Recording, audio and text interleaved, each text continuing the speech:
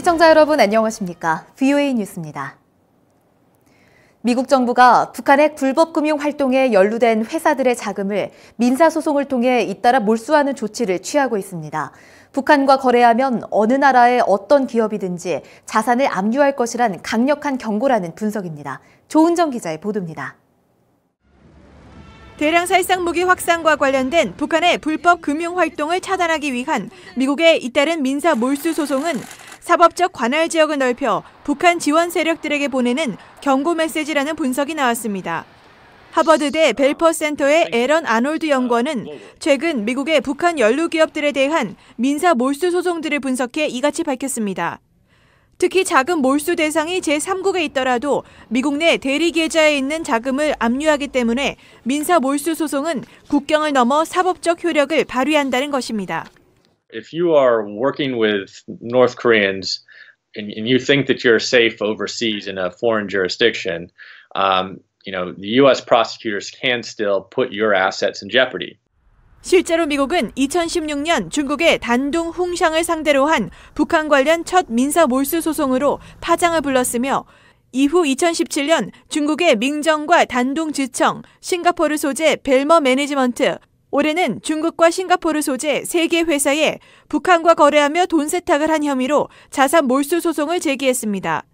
아놀드 연구원은 이들 기업들에 대한 몰수 규모는 단둥 홍샹 7,500만 달러 등 9천만 달러에 달한다고 추산했습니다. The amount forfeited, it was almost about 75 million, which is pretty significant.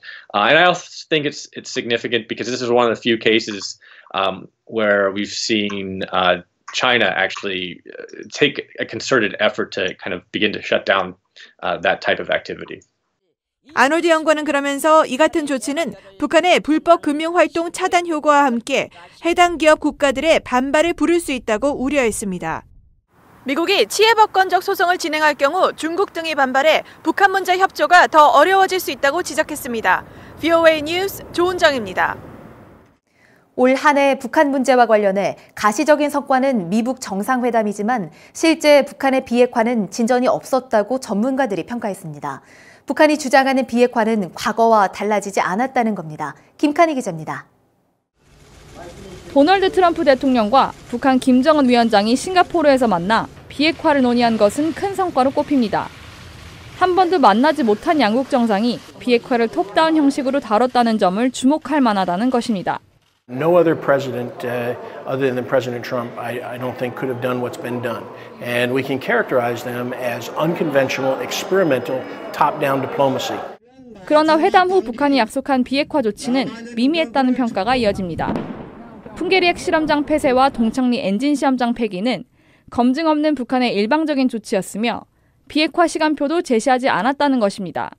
They were done without international inspectors. They were done without being a part of a comprehensive agreement where both sides have identified what each side should do. And North Korea had done those steps unilaterally and then demanded some kind of reciprocal action for them.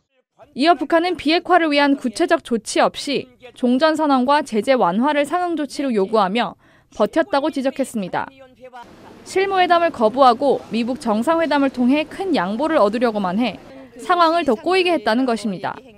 The U.S. under Mr. Trump insists that the important decisions can only be made at the very top.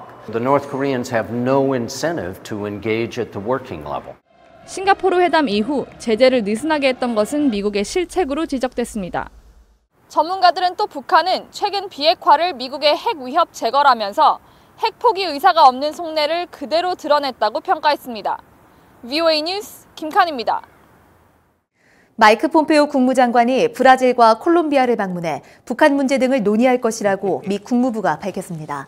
국무부는 28일 폼페오 장관의 남미 방문 계획에 대한 성명을 통해 미국은 초국가적인 범죄에 맞서기 위해 브라질, 콜롬비아와의 협력 강화를 추구하고 있으며 초국가적 범죄에는 마약과 테러 범죄, 북한과 같은 나라의 국제 평화와 안보에 대한 위협이 포함된다고 밝혔습니다.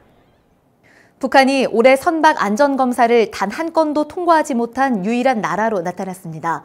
아시아 태평양 지역 항만국 통제위원회의 올해 자료에 따르면 북한은 선박 121척을 검사받았지만 모두 결함이 있다는 판정이 내려졌습니다. 전문가들은 북한은 건조된 지 50년이 다 된 선박들을 여전히 운용하고 있다면서 북한의 열악한 경제 사정을 보여준다고 지적했습니다. 탈북민 정착을 지원하는 한국 지역 하나센터에서 탈북민 997명의 개인정보가 해킹으로 유출됐습니다. 한국통일부 측은 경북 하나센터의 개인 컴퓨터 한 대가 최근 악성 코드에 감염돼 지역 거주 탈북민들의 이름과 주소 등이 지난달 유출돼 경찰 수사가 진행 중이며 해킹 주체 등에 대해서는 수사 결과를 지켜봐야 한다고 말했습니다. VOA 뉴스 마칩니다. 시청해주신 여러분 고맙습니다.